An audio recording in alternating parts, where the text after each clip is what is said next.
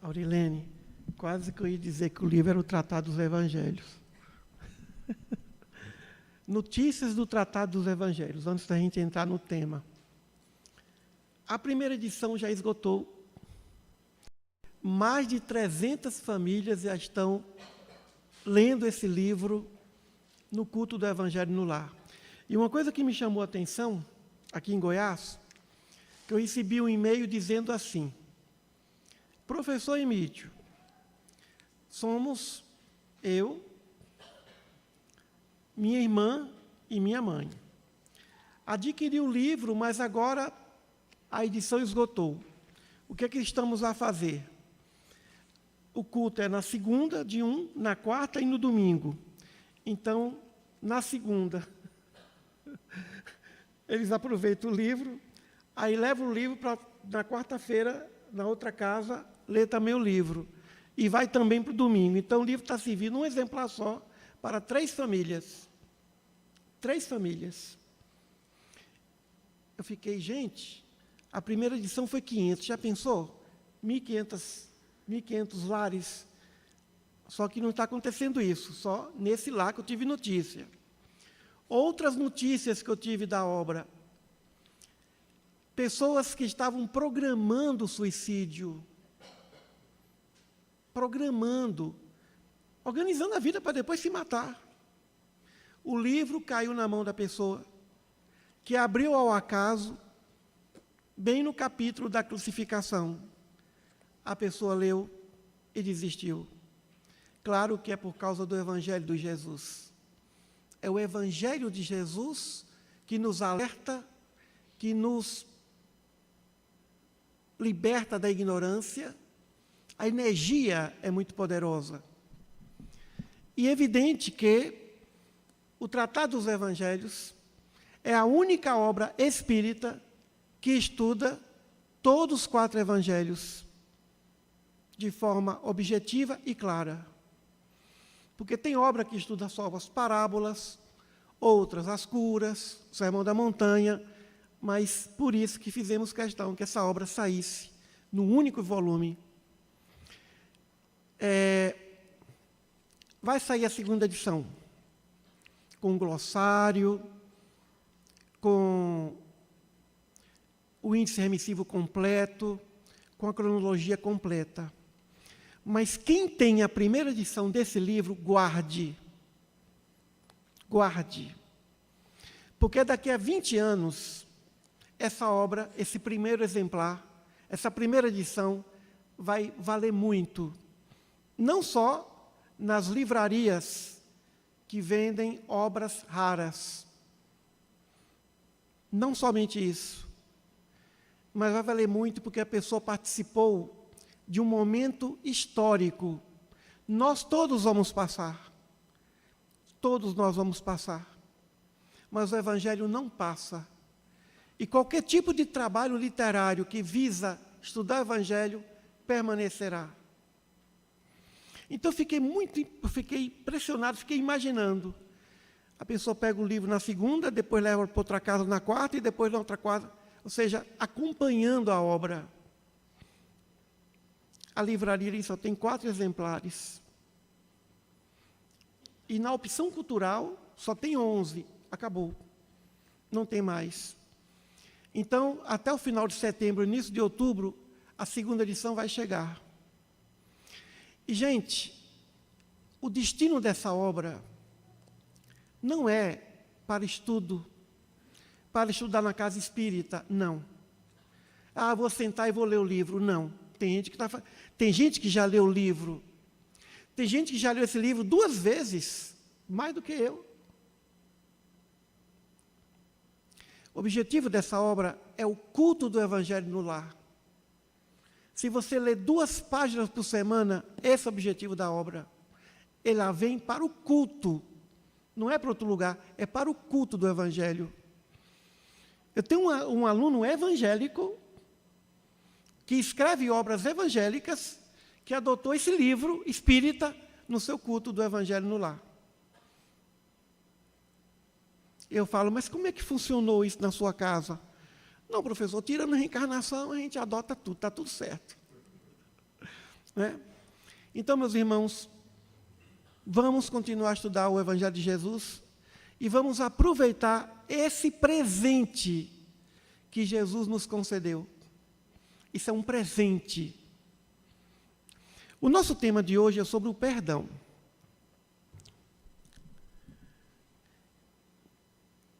Alguém já chegou até nós, entre lágrimas, pedindo perdão? E por que nós não perdoamos?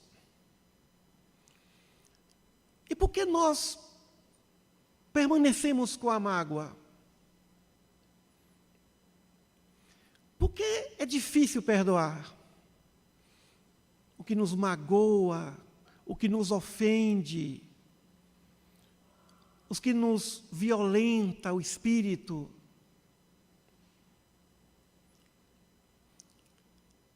Primeiro, porque estamos fragilizados. Quando alguém nos toca profundamente, nos violenta profundamente a alma se fragiliza. A alma sente a dor. Jesus sentiu as dores da crucificação, mas ele nem fez outra coisa, ele pediu perdão a Deus. Ele nem disse, eu perdoo. Não, é Deus que perdoa. Meus irmãos, se nós considerarmos que aquele que nos ofende é também filho de Deus, que vale tanto quanto nós, começa o processo de terapia. Que o pai ama aquela criatura do mesmo modo que nos ama. Nem mais e nem menos. Com a mesma intensidade que Deus ama os anjos, também ama os que não são anjos ainda. E muitas vezes nós confundimos o perdão com fraqueza. Confundimos bondade com fraqueza. Se eu perdoar, se eu der outra chance, a pessoa vai pensar que eu sou o quê? Que eu sou bobo, boba, fraco, frágil. Muitas vezes nós pensamos assim. O que vão dizer de mim? Dar oportunidade para esse marido que me traiu, para esse amigo, essa amiga, essa mulher, esse ente querido. Quantas vezes uma mãe perdoa um filho? Quantas vezes o filho ofende a mãe? Não há exemplo melhor de perdão do que o perdão materno. Pai não perdoa fácil. Dica para você conseguir o perdão do seu pai. A dica é: peça perdão a ele. Diga, meu pai, eu errei. É fácil. Para a mãe não, é mais fácil. Não é tão fácil. Porque a questão da mãe, quando ela recebe a ofensa, ela automaticamente pensa assim: veio de mim. Eu tenho algum tipo de culpa nisso. A pessoa começa a se comprometer. O perdão da mãe é quase que instantâneo. A mãe sempre dá uma nova oportunidade. Nem sempre o pai faz isso. Mas a nova oportunidade é diferente de afinidade. Afinidade é sintonia. Jesus teve 500 discípulos familiares, e o único ser humano que ele teve afinidade foi João, o evangelista. Nem com a própria mãe. Afinidade é diferente. Afinidade é uma sintonia.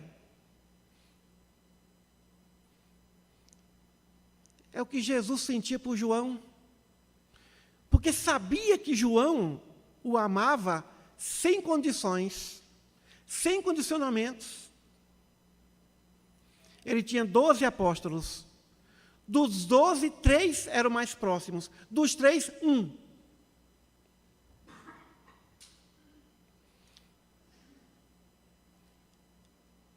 Por que pensar em ter afinidade com o inimigo? A síndrome de Estocolmo, né? Ter afinidade com o agressor, com o sequestrador. Como uma maneira de se proteger, sobrevivência. Quantas vezes nós fazemos o jogo, no mundo empresarial, profissional, de um subalterno ou de uma chefia descomprometida com a honestidade, com a sinceridade ou com a moral, por uma questão de sobrevivência. Meus amigos, nós somos agredidos todos os dias. Todos nós, sem exceção. Todos os dias sofremos algum tipo de agressão. Pela televisão, pelo trânsito, dentro de casa, no ambiente profissional. O tempo inteiro nós somos agredidos. Psicologicamente. Quer ver uma coisa? Basta dizer assim para alguém: como eu estou feliz hoje, o outro vem com tudo. Porque vive uma vida infeliz. E como perdoar essas pessoas? Elas que nos atingem. Primeiro, se fortalecendo. Depois, compreendendo a realidade do outro. E ao compreender a realidade do outro, que é sofrimento, que é frustração, que é enfermidade moral, aí vem a compaixão. E compaixão é pena mesmo. Compaixão é pena. Compaixão não é amor, é pena. Coitado, coitada, não sabe o que faz. E o que é amor? Amor é a compaixão que liberta, que eleva. Quando você ama, você não vê o outro como superior, como inferior, mas como um igual. Geralmente, o perdão nosso é o perdão da compaixão. O indivíduo que perdoa olha de cima para baixo. E o que recebe o perdão se sente humilhado pelo próprio perdão. Mas nada mais comovente do que uma pessoa que chora, derrama lágrimas de arrependimento. Vamos abrir os nossos corações para quem nos pede perdão. Para que use suas lágrimas dizendo: me dê outra oportunidade. Já vi muito isso em presídios. Presidiários que abandonaram famílias e que pedem perdão aos seus filhos e os filhos não perdoam, porque ele matou a mãe.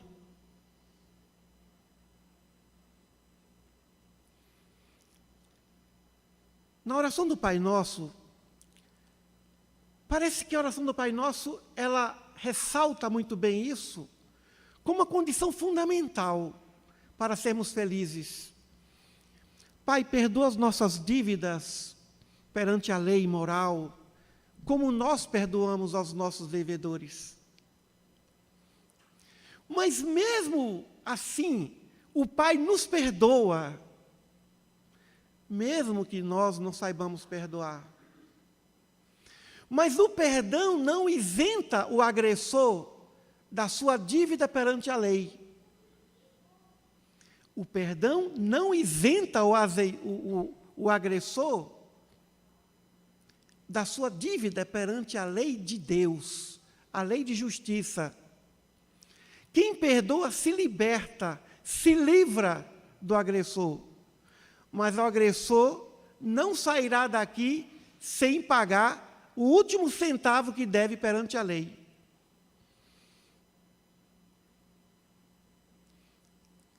Nós devemos perdão às pessoas. E muitas pessoas precisam nos perdoar.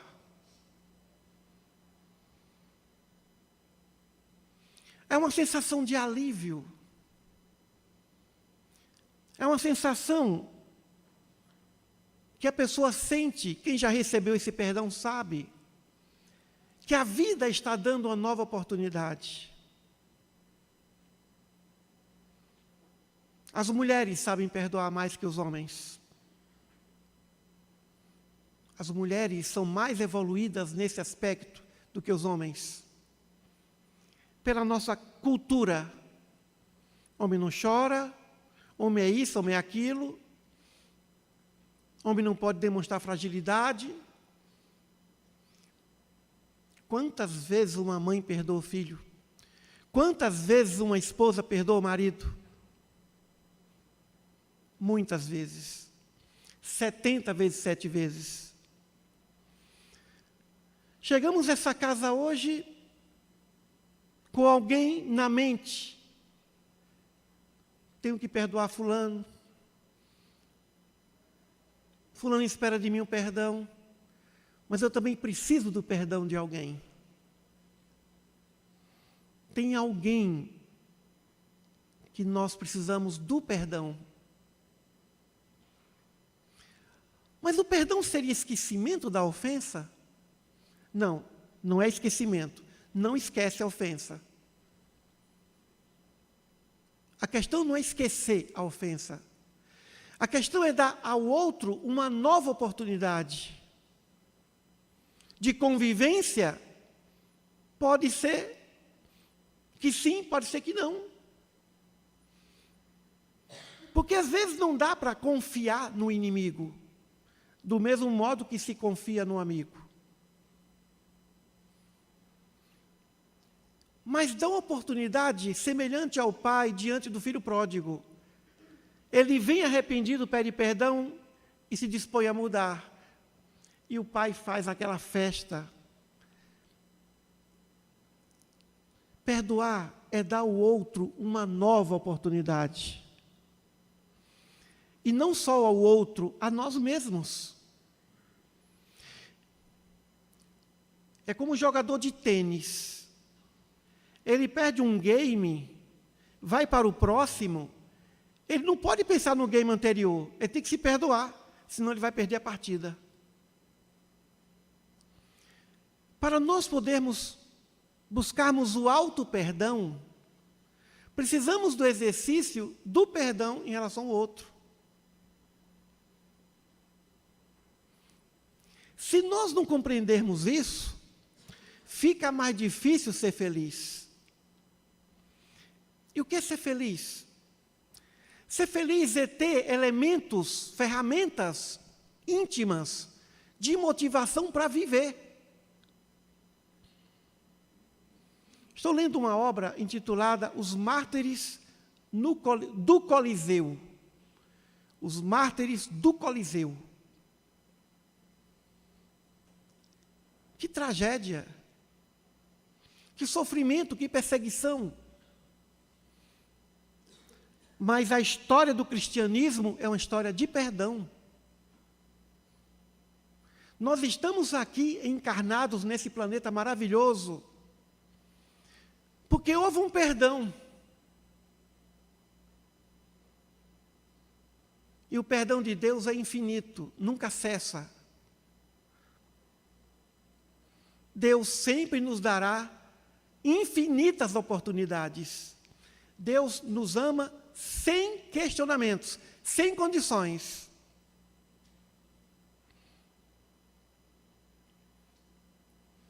Então, no ambiente familiar, é o lugar mais difícil.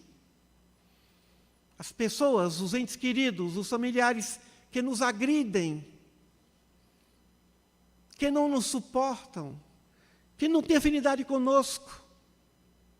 Primeira coisa, vamos aceitar as diferenças. Não vamos querer que o outro seja do jeito que nós desejamos. Não vamos traçar um padrão e dizer, comportamento certo é assim ou é diferente. Todos nós precisamos uns dos outros.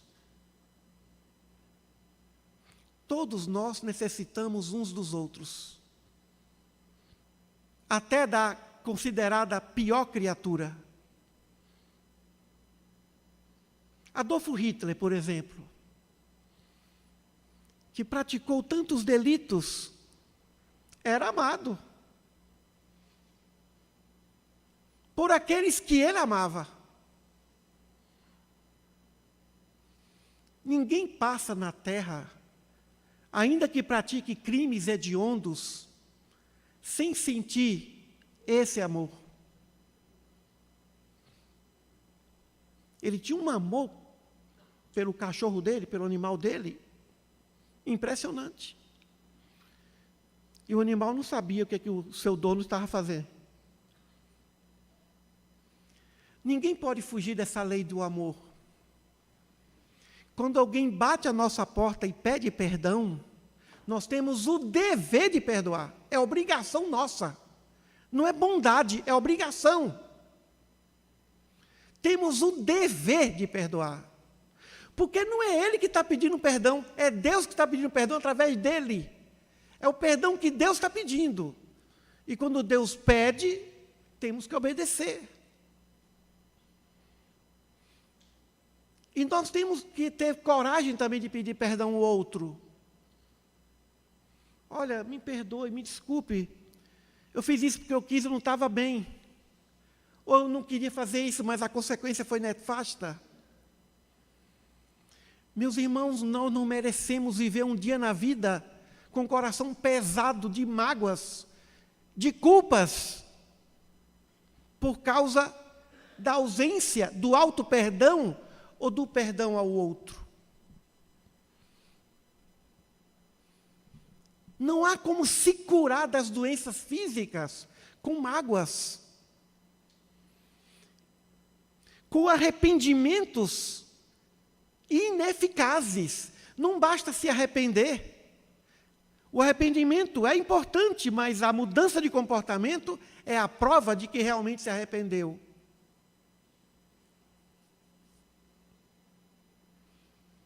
Eu posso dizer a vocês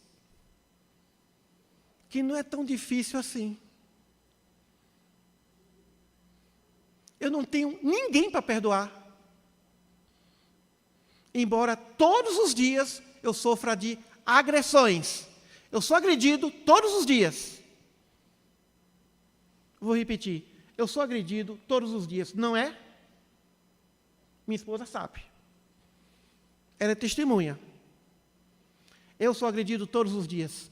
E todos os dias eu perdoo. Como é fácil para mim.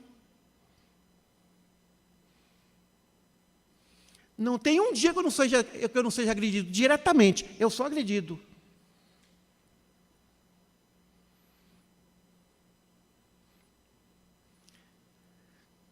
Sabe o couro que já ficou grosso, não sente mais nada? Acabou.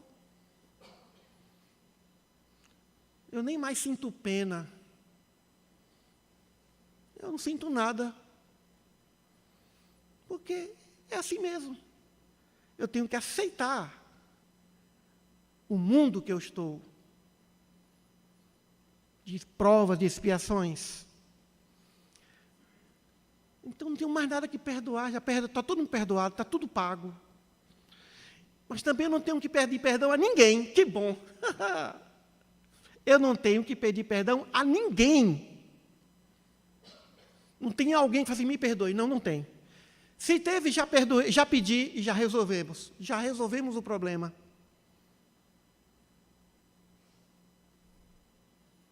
Que bom ter que dizer isso aqui na tribuna. Porque aí é uma forma de dar o testemunho. Os senhores vão sair daqui e vão dizer, eu conheci alguém hoje que não perdoa ninguém, porque não tem mais de perdoar, e também acabou, resolveu. Não tem que pedir perdão e nem de perdoar. Está em paz. Em paz. Totalmente em paz. E como eu gostaria que os meus irmãos desfrutassem dessa paz. De saber que está em paz com as pessoas. Porque, na verdade, as pessoas não nos ferem, elas estão feridas, sangrando.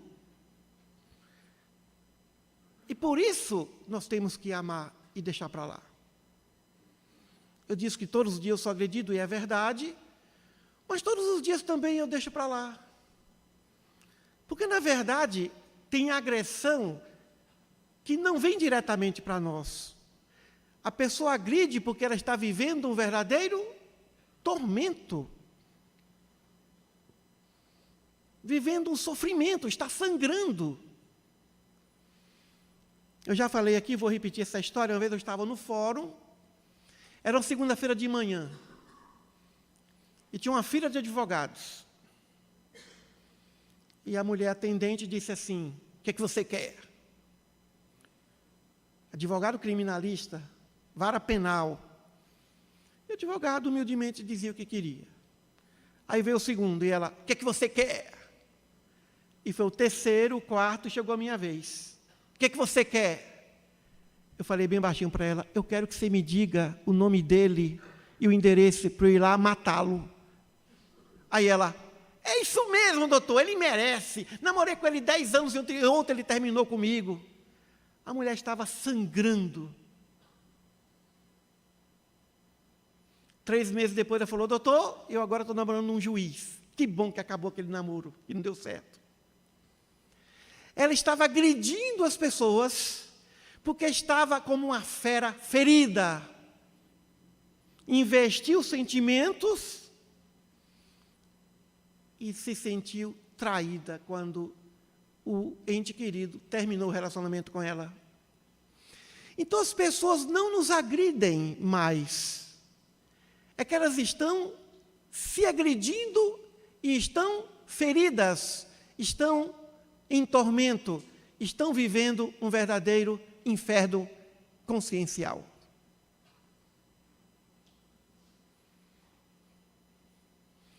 Por isso que quando você entende que o agressor é uma pessoa que, antes de tudo, está sofrendo, e quando ele agride, ele está pedindo socorro, fica fácil. O agressor é alguém que nos pede socorro. Quem é mãe e pai aqui sabe aquele filho rebelde da adolescência, que a gente chama de aborrecência. Filho adolescente é impressionante. Pisa no coração da mãe e do pai, principalmente da mãe. O que a mãe faz? Vai lá no quarto, pega, alisa a cabeça, como se nada tivesse acontecendo. Não diz assim: que menino grosso, mal educado, agressivo. Diz assim: o que está acontecendo, meu filho? O que está acontecendo que você está sangrando? As pessoas não são más. As pessoas são boas. Mas nem todas as pessoas suportam bem o sofrimento. E quando não suportam bem o sofrimento, agridem. Agridem, chutam até os animaizinhos. Então, meus irmãos, não tenhamos medo de deixar para lá, dê outra oportunidade para as pessoas. Dê outra oportunidade para o seu marido, para a sua esposa, para o seu filho, para o seu irmão, para o seu chefe, seu subalterno. Eu sou contra demissões. Dê sempre oportunidade para as pessoas. Indulgência é a palavra. Indulgência, misericórdia. Fica mais fácil. O jugo de Jesus é suave e leve por causa do perdão. A mensagem de Jesus superior, a mais bela mensagem do Mestre, é do perdão. O que é amar inimigo? Amar inimigo. Ninguém nunca pensou nisso, nenhum sábio da Grécia, de lugar algum, nem do Oriente, nem do Ocidente. Amar inimigo é entender que o inimigo não é inimigo, é um irmão, que temporariamente não está bem, que temporariamente está agressivo, na zona vibratória do crime, da criminalidade. Então, meus irmãos, Do passado, nós só temos hoje a memória. O passado não existe. O passado hoje é memória. E o futuro é esperança. Nós temos o quê? O hoje, o aqui e agora. E o aqui e agora significa, é hora de perdoar. Por isso precisamos de lições superiores do Evangelho, por exemplo, para nos fortalecermos, convivermos com pessoas que também perdoam. E para finalizar, lembro de um livro de uma mulher que teve sua única filha assassinada. E ela queria entrar numa igreja evangélica dos Estados Unidos. Aí o pastor disse assim: irmã, para você entrar na minha igreja, você tem que perdoar o seu agressor, o assassino da sua filha. Porque aí você vai ser discípula de Jesus. E a mulher aceitou o desafio. Primeira semana foi visitar o agressor. O homem não a conhecia como a mãe da vítima. No início ela conta nessa obra que se sentiu constrangida, ter que visitar o homem que matou sua única filha. E durante um ano, toda semana, ela visitava naquele presídio, junto com seus colegas, com seus irmãos de igreja, e ela visitava aquele homem. Depois ela começou a sentir compaixão por ele. Com o passar do tempo, ela passou a sentir amor materno por ele. E foi aí que ela contou para ele quem era ela. E ele se ajoelhou diante dela, pedindo perdão profundo.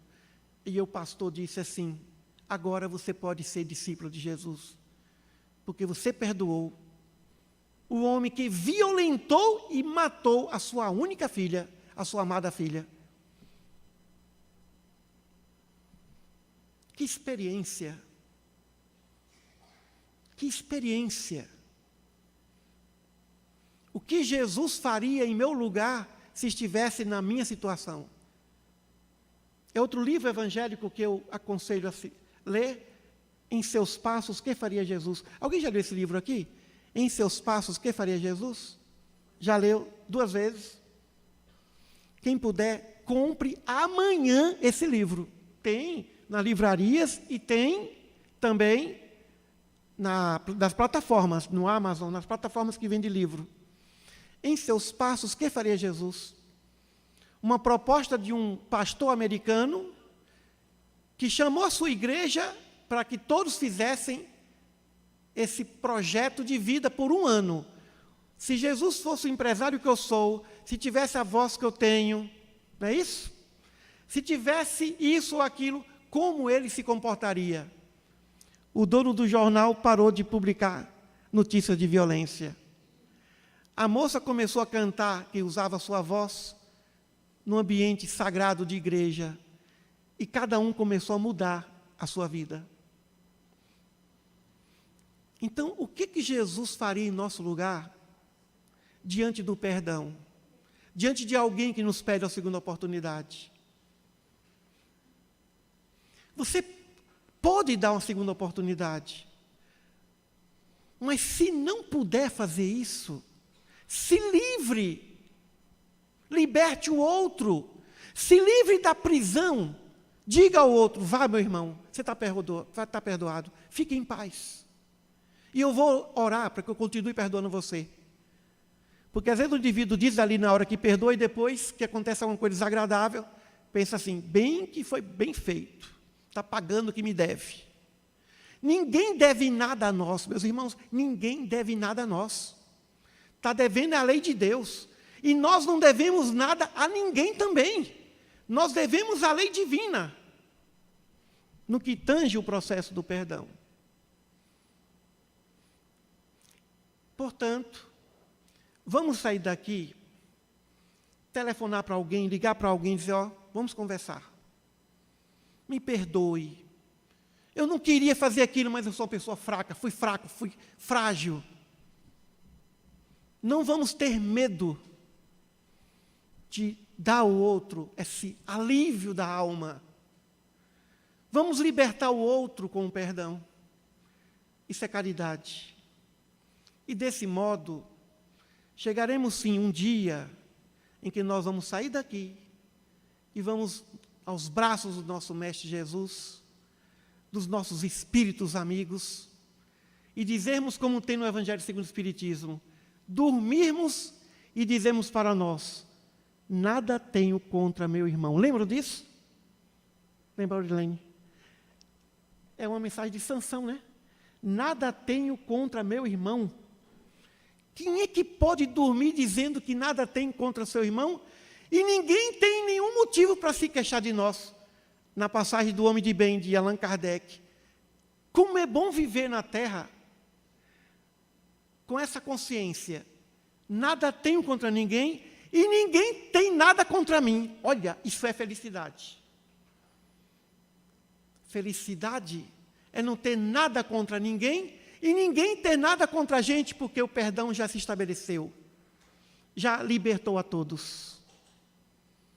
Então, meus irmãos, sonhemos e vamos fazer um esforçozinho a mais para perdoar as pessoas, aquelas que nos ofendem. Deixa para lá. Vamos sentir esse alívio, essa felicidade. Somos dignos disso. E como o nosso mestre disse, e se amar apenas aqueles que vos amam, que recompensas tereis? Tem que amar quem não ama a gente. Tem que tolerar quem não toleraríamos. Eu tolero hoje coisas que na minha juventude eu não suportaria nem um minuto. Mas que bom que mesmo sendo agredido todos os dias, sem exceção, eu nada tenho contra meus irmãos. Muita paz a todos.